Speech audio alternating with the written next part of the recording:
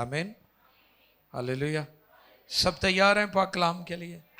जोरदार तालियों में कलाम को वेलकम करें।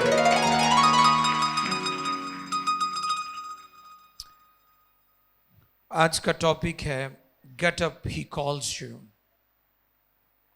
उठ वो तुझे बुलाता है।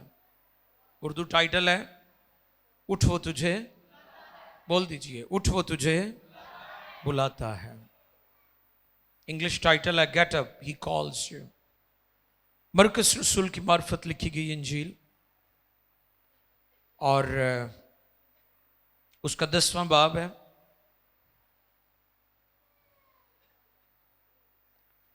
और उसकी 49 ये एक आयत मुकद्दसा जो है तिलावत इसकी की जाएगी। लेकिन अगर आप पूरा पैसेज नोट करना चाहते हैं तो वो 10वें बाब की 46वीं आयत से लेकर 52 आयत तक है, 52 वर्स तक।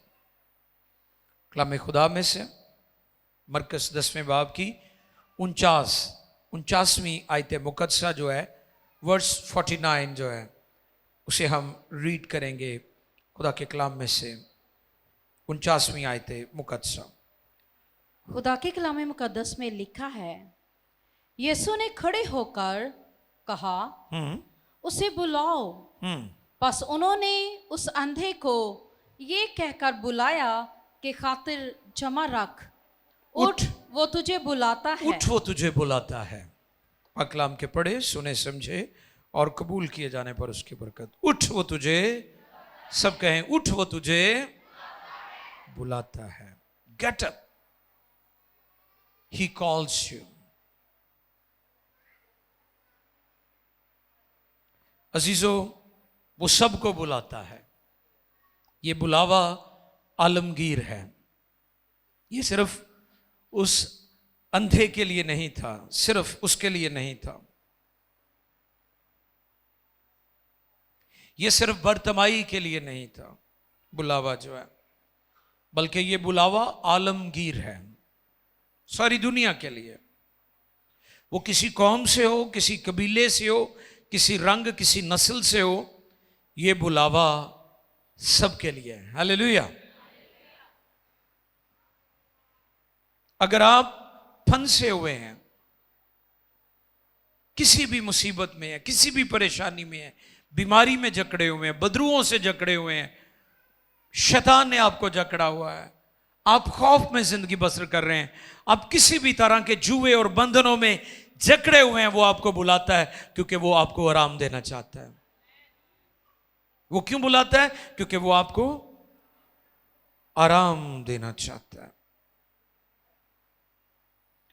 बुलाहट एक दरवाजा है, नोट कर लें इसको।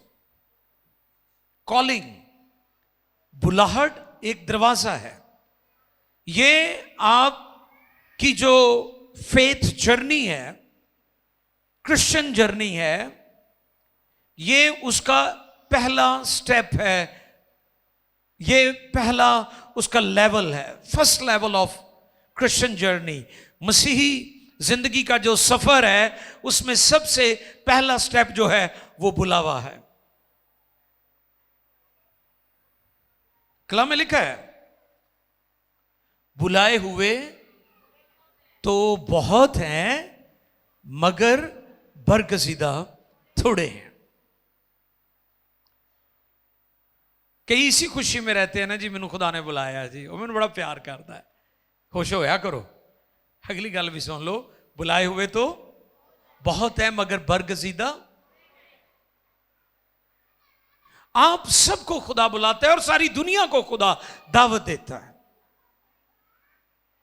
लेकिन बरगजीदगी जो है ये बहुत जरूरी है। और आज के पैगाम में हम इस शख्स बरतमाई जो ब्लाइंड था, अंधा था, उसकी जिंदगी से सीखेंगे कि उसने अपने बुलावे को कैसे लिया। लेकिन वो देख नहीं सकता था क्योंकि वो अंधा था। और जब ये बात मेरे सामने आई तो मैं गौर कर रहा था कि बेशुमार लोगों को पता ही नहीं है कि वो अंधे हैं। ये मैं रूहानी बात कर रहा हूं। बेशुमार लोगों को इल्म ही नहीं है कि वो अंधे हैं, वो गूंगे भी हैं, वो बहरे भी हैं। जैसे ही वो यीशु के पास आएंगे उन्हें पता चल जाएगा हम तो अंधे हैं, हम तो तारीकी में हैं। आप बेशुमार लोगों को देखते हैं, वो बहुत अपने अंदर प्राइड रखते हैं, अपने आप को बहुत ज्यादा हिकमत वाले समझते हैं, लेकिन जैसे ही वो तौबा करते हैं, गुनाहों की माफी के लिए बपतिस्मा लेते और खुदा की जमात का हिस्सा बन जाते, उन्हें पता चलता है मैं तो एवं जिंदगी गाल छड़ी, मैं तो एवं सारी उम्र रोल छड़ी है, मैंने तो अज पता लगा है कि खुदा दे हजूर आके इंसान की जिंदगी किवें दी हो जाती है। इससे मुराद कि वो लोग अंधे हैं, और जब वो खुदावंद के पास आते हैं फिर उन्हें पता चलता है कि वो देख नहीं सकते। मुकाशफा की किताब में लिखा है कि तू कहता है कि मैं, हाँ जी,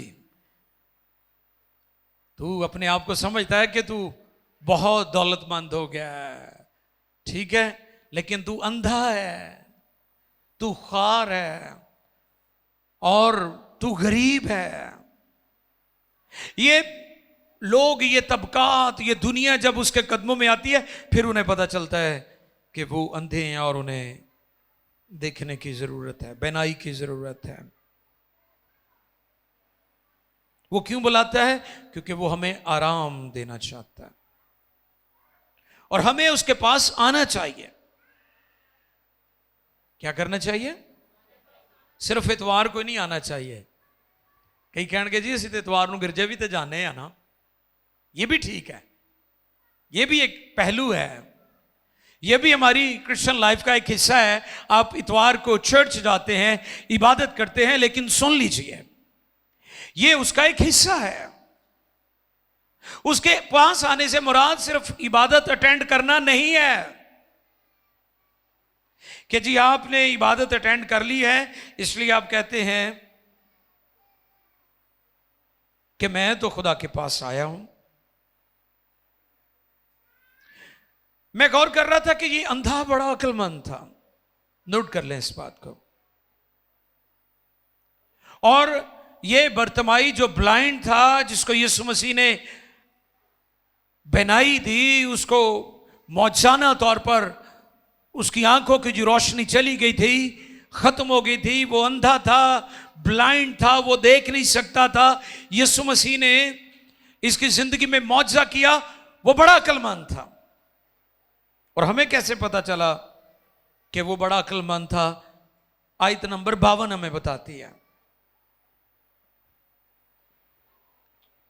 10वां बाब और उसकी 52 आयत, 52 वर्ड्स। यीशु ने उससे कहा, जा तेरे ईमान ने तुझे अच्छा कर दिया। वो फिलफोर बीना हो गया। हालेलुया। राह में उसके पीछे हो लिया। दोबारा पढ़िए इसको। और राह में उसके पीछे हो लिया। अक्लमंद था वो, शिफा पा के फरार नहीं हो गया, यीशु के पीछे चल पिया। ये वो बात है जो मैं आपकी खिदमत में करना चाहता हूं कि ये अंधा अक्लमंद था। लोग शिफाएं पाते हैं, लोगों को बरकत खुदा देता है, दुआएं करते हैं, खुदा मुझे दौलत दे, खुदा मुझे घर दे, मुझे कामयाबी दे, मुझे औलाद दे, मुझे अच्छी बीवी दे, मुझे अच्छा शौहर दे। खुदा उनकी जरूरतों को पूरा कर देता है, लेकिन वो यीशु की पैरवी नहीं करते, लेकिन वो उसके पीछे हो लिया। ये है उसके साथ चलना, यीशु मसीह के साथ जिंदगी गुजारना। वो अक्लमंद था, इसलिए वो शिफा पाने के बाद यीशु के पीछे हो लिया। जिनको वो बुलाता है वो उनको इख्तियार भी देता है। ये उससे अगला लेवल है। पहला लेवल था कि आपको उसने बुलाया है। वो आपको किस लिए बुलाता है? क्योंकि वो आपको बोझ से आजाद करना चाहता है। ऐ थके मांदो, बोझ के नीचे दबे लोगो, मेरे पास आओ, मैं तुम्हें आराम दूंगा। हालेलुया। क्यों बुलाता है वो हमें आराम देना चाहता है, आपको रिलैक्स करना चाहता है। जब लोग यीशु के पास आते हैं वो हालात के मारे हुए होते हैं, वो मुसीबतों के मारे हुए होते हैं, वो दुखों के मारे हुए होते हैं। और जैसे लोग खुदावंद के पास आ जाते हैं, अपना दिल, अपना जीवन उसे दे देते हैं, उनकी हिस्ट्री बदल जाती है। और पहले भी मैंने एक दिन ये बात शेयर की थी कि जिन लोगों ने उसको अपना दिल दिया है उन्होंने तारीख रकम कर दी है। हैरान कुन काम हुए हैं उनकी लाइफ के अंदर, उनकी जिंदगियों में, और उन्होंने दुनिया को मुतासिर किया। क्यों किया है? क्योंकि उन्होंने अपना दिल खुदावंद को दे दिया। और वो आपको क्यों बुलाता है? वो आपको इसलिए बुलाता है क्योंकि वो आपको आराम देना चाहता है। जिनको वो बुलाता है उनको इख्तियार भी देता है। ये अगला लेवल है, नेक्स्ट लेवल की बात है कि क्या आप वो बुलाए हुए ईमानदार हैं जिनके पास अथॉरिटी भी है? मैं आज ये बात आपकी खिदमत में रखना चाहता हूं। हमारे मुल्क में, पाकिस्तान में, हर शहर के अंदर आपको बड़े पास्टर मिलेंगे, आपको बहुत सारे बिशप्स मिलेंगे, आपको बहुत सारे परस्तार मिलेंगे, आपको बहुत ज्यादा मिनिस्टर मिलेंगे। लेकिन मेरा सवाल है कि क्या ये सारे खादमीन, ये सारे लीडर्स, ये सारे परस्तार, क्या ये अथॉरिटी वाले परस्तार हैं? अथॉरिटी आप समझते हैं? आज उन परस्तारों की बड़ी कमी है जो वर्शिप करते हैं लोग बदरुओं से आजाद होते हों। आपको पता, भाई अर्नस्मल खुदा के खादम जब वर्शिप करते थे तो लोग बदरुओं से आजाद हो रहे होते थे। यह है वो लेवल परस्तारों का जो पाक कलाम हमें बताता है। क्योंकि आज लोगों ने खिदमत को प्रोफेशन बना लिया है, तिजारत बना लिया है, इसलिए खुदा की हजूरी ठहरती नहीं है और काम नहीं हो रहा। जिनको वो बुलाता है उनको इख्तियार भी। चेक करें, क्या आप बुलाए हुए अथॉरिटी वाले ईमानदार हैं या ऐसे ही हैं बस?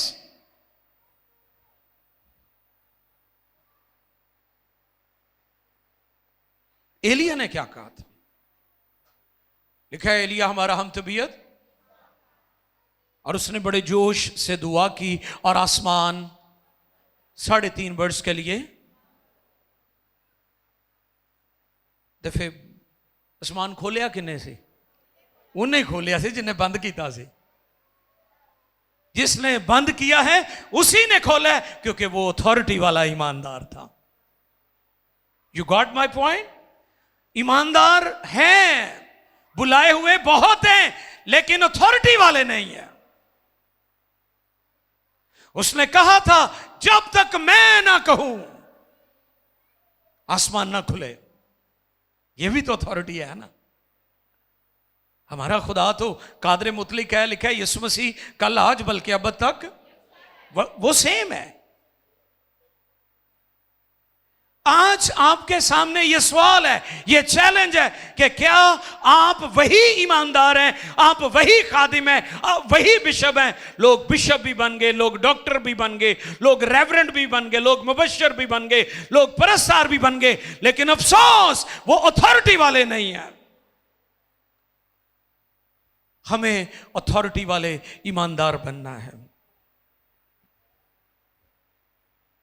क्योंकि जिनको वो बुलाता है उनको वो इख्तियार भी देता है। यशुआ ने लिखा है, अमालिकियों से जब बनी इस्राइल जंग कर रहे थे तो लिखा है, उसने कहा कि खुदा सूरज गुरूब ना हो। What a great authority. उसने कहा सूरज, तो लिखा है सूरज रुक गया था।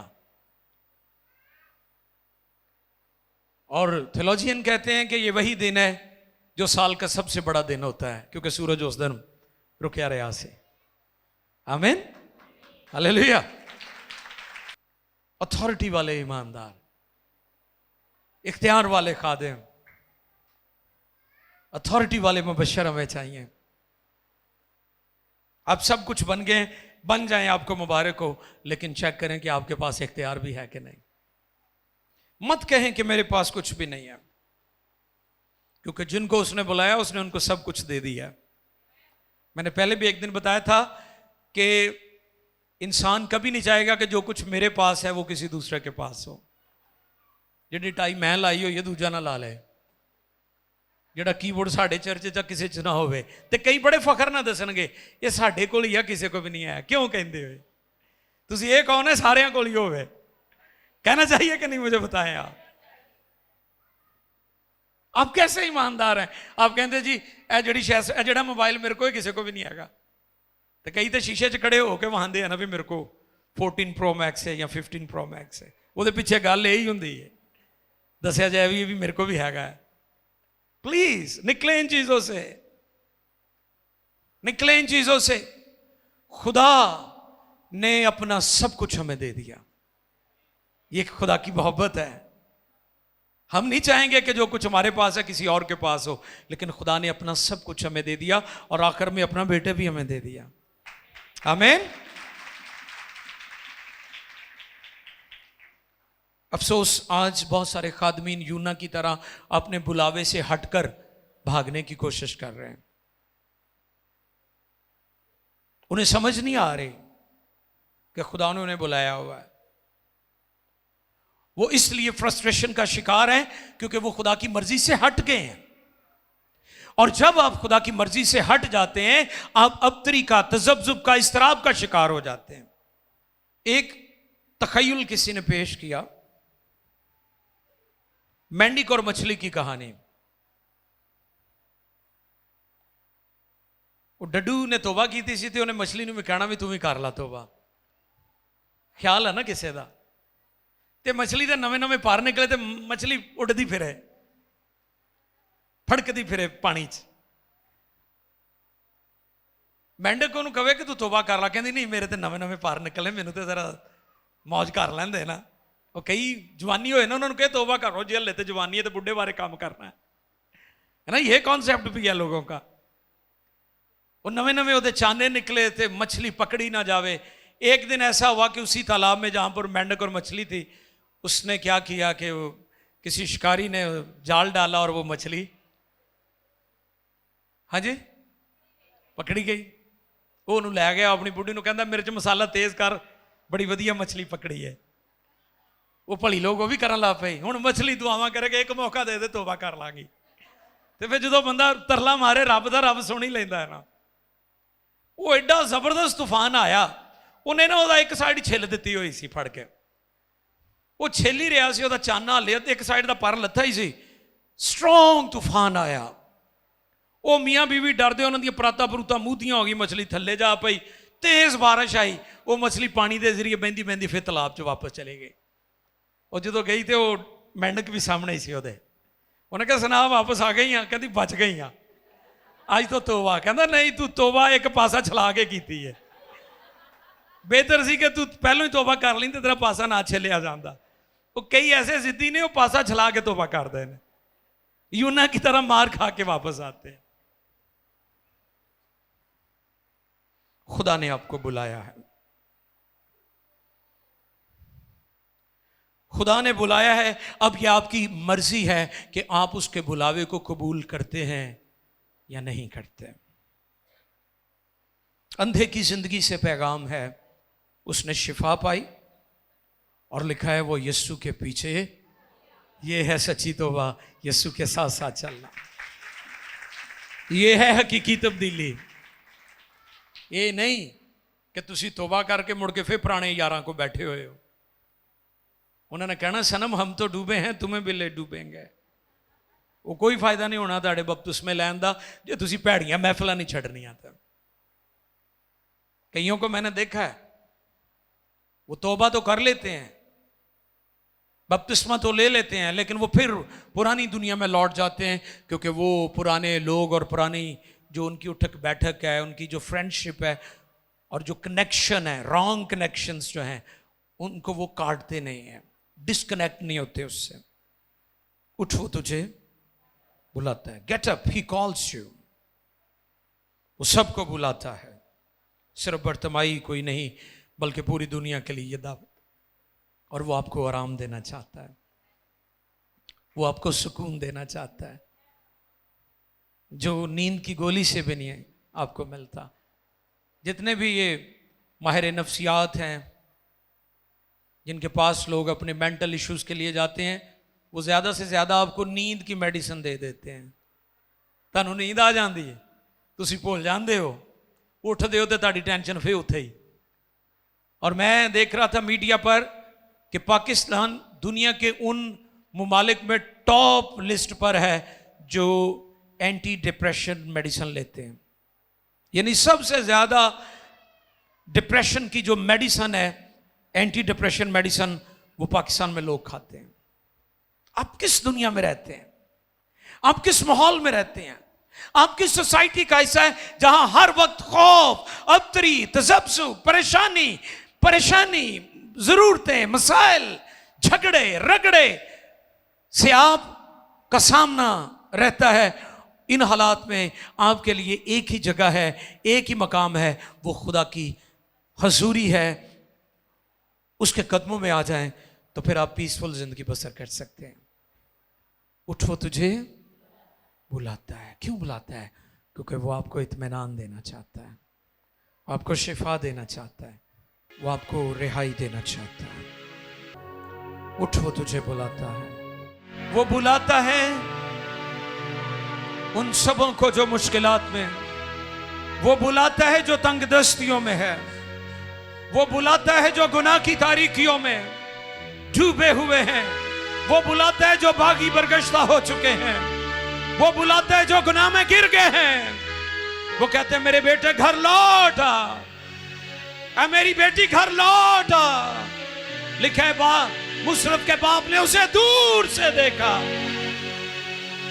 यह पैगाम है उन लोगों के लिए जो गुनाह में बहुत दूर चले गए, वो आपका इंतजार कर रहा है। यह पैगाम है खुदा बाप की मोहब्बत का। यह तस्वीर है आसमानी बाप की,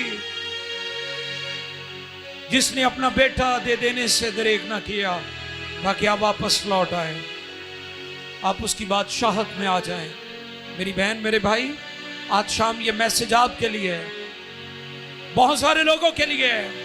ये पैगाम खादमों के लिए भी है, ये पैगाम पास्टर्स के लिए भी है। Are you walking in authority?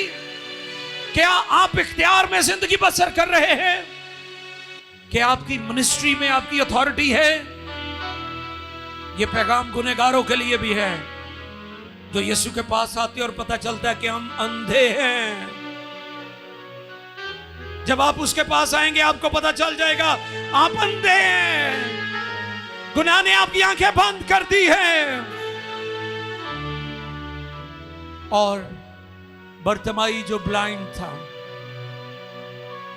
वो अक्लमंद था और उसकी जिंदगी से पैगाम ये मिला कि वो यीशु के पीछे हो लिया। आप भी शिफा पाने के बाद, आप भी मौजज़ा पाने के बाद, आप भी माली रूहानी बरकत पाने के बाद उसके पीछे पीछे चले। बस ईमान के बानी कामिल करने वाले यीशु को तकते रहो। ऐ खुदा, आज शाम इस कलाम को बहुतों की जिंदगी में फलदार कर। ऐ खुदा, इस कलाम को बहुतों के लिए शिफा का वसीला बना। खासतौर पर हमारे नाज़रीन, तमाम वो बहन भाई जो हमें वॉच कर रहे हैं, इस पैगाम को सुना, दुआ में ठहरे हुए हैं और उनका ईमान है कि उनके लिए दुआ की जाए। यीशु के नाम में मैं पूरी अथॉरिटी के साथ बीमारियों को हुक्म देता हूं, छोड़ो इनके बदनों को, छोड़ो इनकी जिंदगियों को। आज शाम गुनहगार निजात और बीमार शिफा पा जाए, हर एक जुआ बंधन टूट जाए, बुरी रूहें टूने तोड़ के चले जाएं, अज़दवाजी जिंदगी में से मसाइल चले जाएं, खानदानों और बच्चों पर बरकत आ जाए, रूहानी बरकतें, खानदानी बरकतें, आसमानी बरकतें नाज़िल हों, तालीमी बरकतें, बच्चे कामयाब हों, अच्छी जॉब्स हों, कारोबार पर बैरून मुल्क जाना चाहते हैं, नरीना औलाद के लिए दरख्वास्त है, स्टडीज के लिए दरख्वास्त है, एग्जाम है, आपके हेल्थ नहीं है, अज़दवाजी मसाइल है, मैरिज का प्रॉब्लम है, मैरिज होती नहीं है, यीशु के नाम में बंद दरवाजे खुले। आज शाम प्रॉस्पेरिटी आए।